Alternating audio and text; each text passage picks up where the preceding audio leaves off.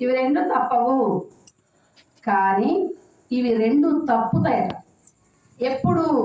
సాధనాపరుడై తన జీవన విధానంలో తన ఇంద్రియాలని తాను సంయమనం చేసుకున్నటువంటి వ్యక్తికి.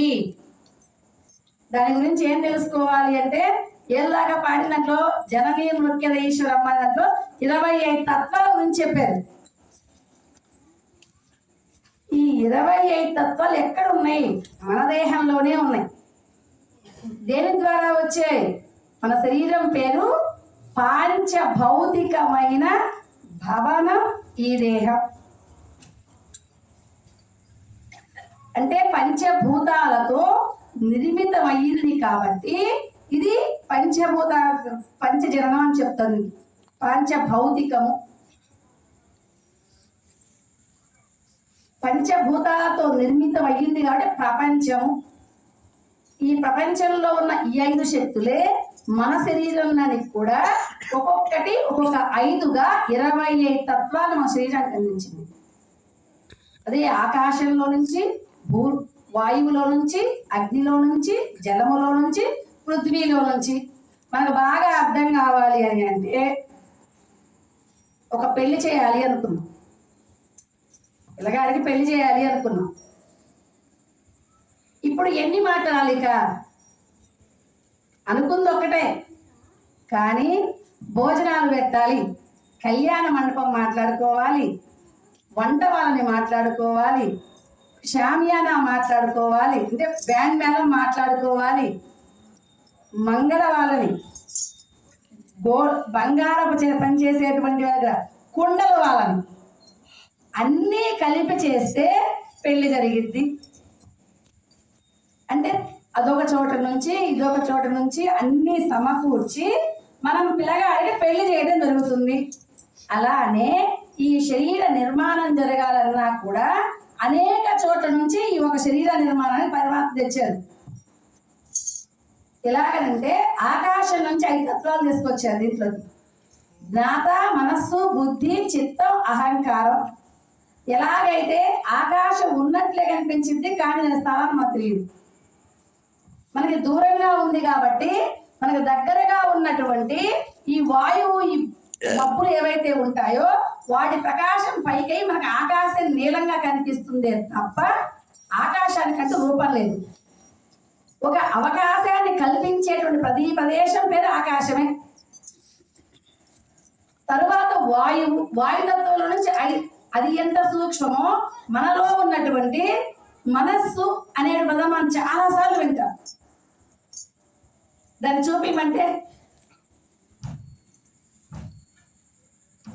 మాయ మనసు మాట వినదు అని చాలా చెప్తుంటూ ఉంటాం.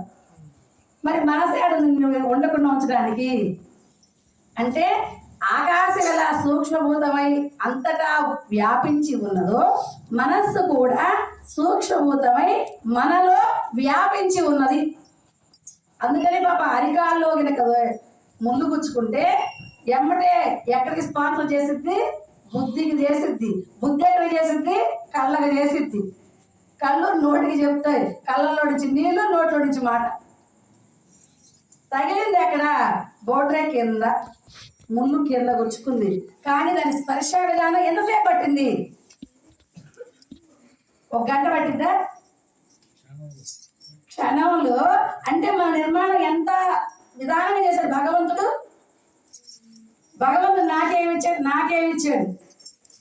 ఇప్పుడు గాలి లేక ఫ్యాన్ ఉంటే బాగుందనుకుంటున్నాం. అంటే ఇప్పుడు చెట్టు కూడా ఆడట్లేదు. ఇప్పుడు ఫ్యాన్ పెడితే ఏమైంది? ఖర్చు అయింది. అదే భగవంతుడు మరి ఇప్పుడు రోజు ఇస్తున్నాడే, మరి వాడికి ఏమి ఇస్తాం? 1 నిమిషం చెట్టు ఆడకపోతే ఫ్యాన్ అవసరం అనిపించింది.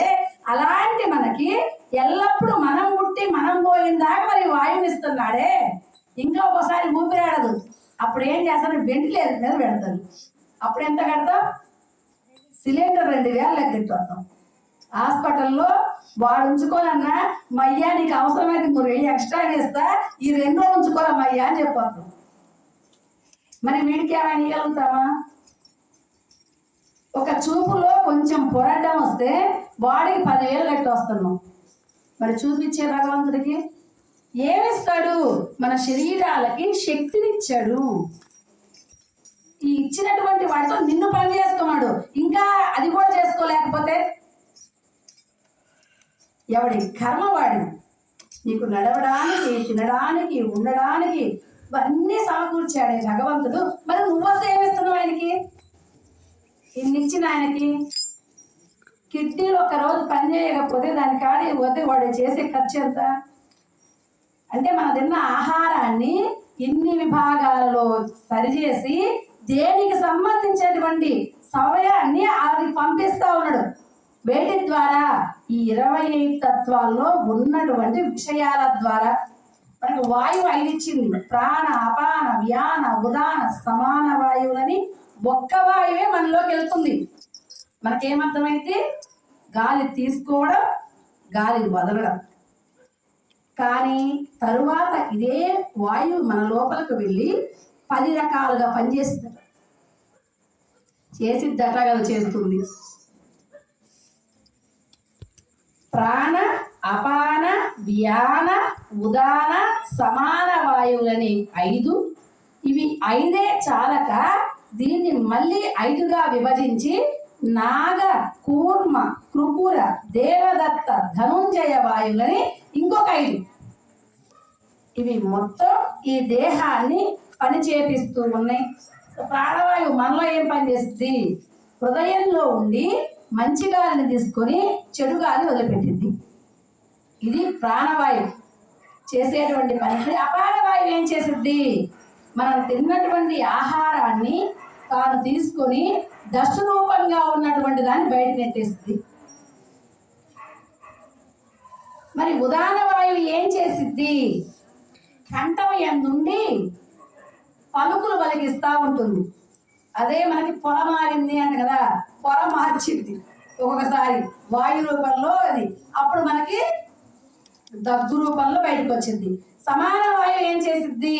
మనం తిన్నటువంటి ఆహారాన్ని గర్భంలో దేనికి, రక్తానికి ఎట్లా పంపించాలి, నీళ్లుగా ఎలా తయారు చేయాలి, కండలకు ఎంత పంపించాలి, ఇవన్నీ చేసేది సమాన వాయువు. మరి వ్యానవాయువు ఏం చేసిద్ది? సర్వాంగంలో నిండి ఉన్నది. సర్వము వ్యాపించి మన శరీరంలో అంతటా కూడా బ్లడ్ సర్క్యులేషన్ చేసేది వ్యానవాయువు. అది ఎక్కడ పనిచేయకపోతే మనకు తిమ్మిర్లు వస్తాయి. అది ఎక్కడ పనిచేయనటువంటి ప్రాంతం ఉంటుందో దానికి పక్షవాతం అని పేరు. ఆ పక్షంలో గాలి ప్రసరణ జరగకపోవడం వల్ల ఆ పక్షం మొత్తం ఏలాడేసింది. అంటే వ్యానవాయువు అనేది సర్వాంగాల ఎందుకు పనిచేస్తుంది. ఇన్నిగా పనిచేస్తుందని మనకు అర్థమైద్దా? ఇది ఎవరు చెప్పారు? దేవహూతి కొడుకునటువంటి కర్దమ ప్రజాపతి దేవహూతి కొడుకునటువంటి కపిల భగవానుడు భాగవతంలో చెప్పడం జరిగింది సాంఖ్య విచారం. అంటే మహాత్ములు ధ్యానం ద్వారా ఎందుకు తెలుసుకున్నారంటే మన దేహంలో ఉన్నటువంటి ప్రతి అంగాన్ని గురించి, దానికి పనిచేసే విధానాన్ని